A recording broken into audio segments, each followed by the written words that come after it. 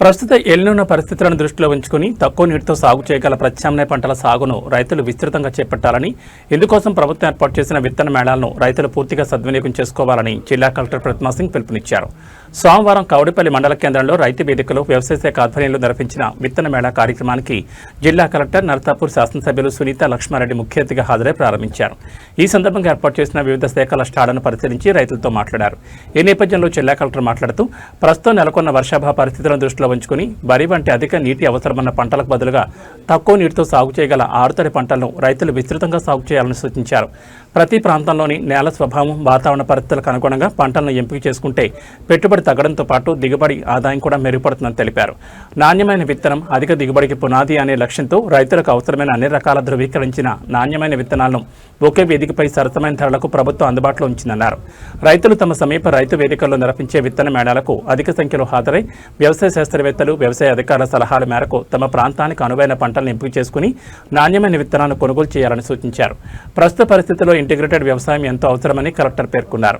వ్యవసాయంతో పాటు ఉద్యానవన పంటలు, పశుసంవర్ధక రంగం, కూరగాయల సాగు వంటి అనుబంధ వ్యవసాయ కార్యకలాపాలను కలిపి చేపడితే రైతులకు సంవత్సరం పొడవునా ఆదాయం లభిస్తుందని వివరించారు. ఒకే పంటపై ఆధారపడకుండా పంటల వైవిధ్యాన్ని పెంచుకోవడం ద్వారా ప్రకృతి వైపరీత్యాల ప్రభావాన్ని కూడా తగ్గించుకోవచ్చన్నారు. కూరగాయల సాగు ద్వారా అనేక మంది రైతులు మంచి లాభాలు పొందుతున్నారని, మార్కెట్ అవసరాలకు అనుగుణంగా ఉద్యానవన పంటలను సాగు చేస్తే ఆదాయం మరింత పెరుగుతుందని తెలిపారు. పశు సంపద అభివృద్ధికి అవసరమైన మేత పంటల సాగుపై ప్రభుత్వం 75% సబ్సిడీ అందిస్తోందని, రైతులు ఈ అవకాశాన్ని వినియోగించుకోవాలని సూచించారు. ప్రతి గ్రామంలోని వ్యవసాయ విస్తరణ అధికారులు ఉద్యానవన పంటలు, ప్రత్యామ్నాయ పంటలు, ఆధునిక సాగు విధానాలపై రైతులకు నిరంతరం అవగాహన కల్పించాలని ఆదేశించారు. రైతుల అవసరాలను ఎప్పటికప్పుడు తెలుసుకుని వారికి అవసరమైన డ్రిప్ ఇరిగేషన్ సదుపాయాలు, నాణ్యమైన విత్తనాలు, సాంకేతిక సలహాలు సకాలంలో అందేలా వ్యవసాయ, ఉద్యానవన శాఖ అధికారులు సమన్వయంతో పనిచేయాలని సూచించారు. జిల్లాలో నాణ్యమైన విత్తనాలు, ఎరువుల కొరత లేకుండా అన్ని ఏర్పాట్లు చేశామని, రైతులకు అవసరమైన ప్రతి విషయంలో జిల్లా యంత్రాంగం పూర్తి సహకారం అందిస్తుందని కలెక్టర్ భరోసా కల్పించారు.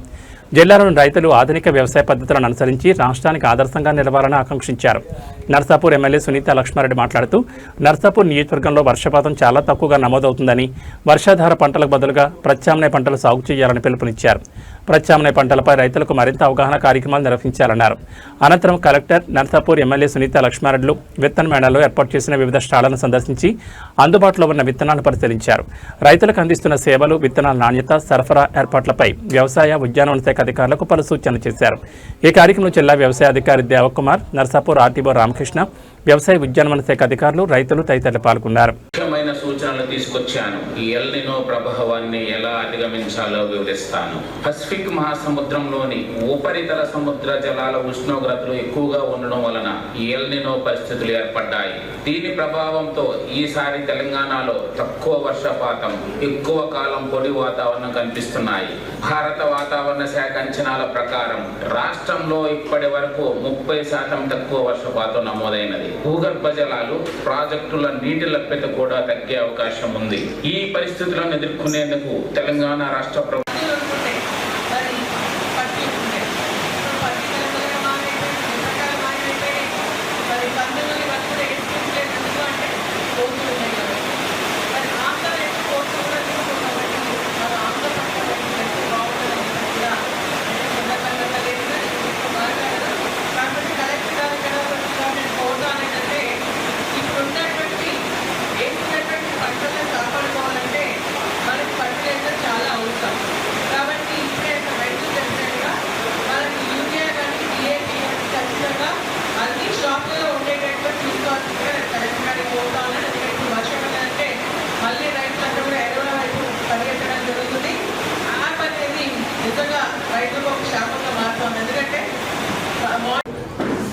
వర్షపాతం తగ్గుతుంది అనేది ప్రతి గ్రామంలో ఖేత్ బచావో ప్రోగ్రాం కావచ్చు, అలాగే 99 రోజుల ప్రజా ప్రణాళిక ప్రోగ్రాంలో కావచ్చు, అనేక కార్యక్రమాల ద్వారా రైతులను ఉద్దేశించి రైతులు నష్టపోకుండా ఈ ఎలినో ప్రభావం దాటి రైతులందరికీ వారి పంటలు మార్చుకుని వాళ్ళకి ఆదాయం కలిగించాలనే ఉద్దేశంతో అనేక కార్యక్రమాలు రాష్ట్ర ప్రభుత్వం చేపడుతుంది.